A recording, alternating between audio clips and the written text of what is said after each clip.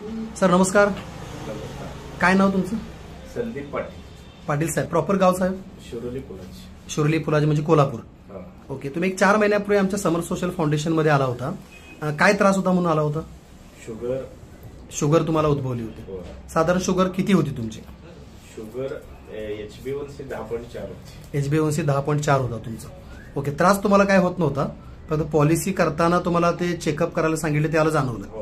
Okay. त्याच्यानंतर तुम्ही आमच्याकडे आला आणि 2 प्रोडक्ट नेले होते, टी आणि डी.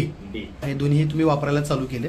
साधारण आज तुम्ही 4 महिन्यानंतर आला. आजचा HbA1c रिपोर्ट तुमचा किती आहे? 5.8. जर दाखवत आहे मोबाईलमध्ये.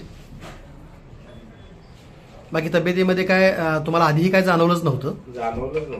बाकी तुम्हाला कॉम्प्लिकेशन्स काय होते ते बरे झाले असं काय? थोडीशी एनर्जी वाटली? हां. जस्ट फक्त शुगर झाली होती आणि त्यानंतर तुम्ही इथं आला होता. येस. आता जो रिपोर्ट काढलाय तो कधी काढलाय?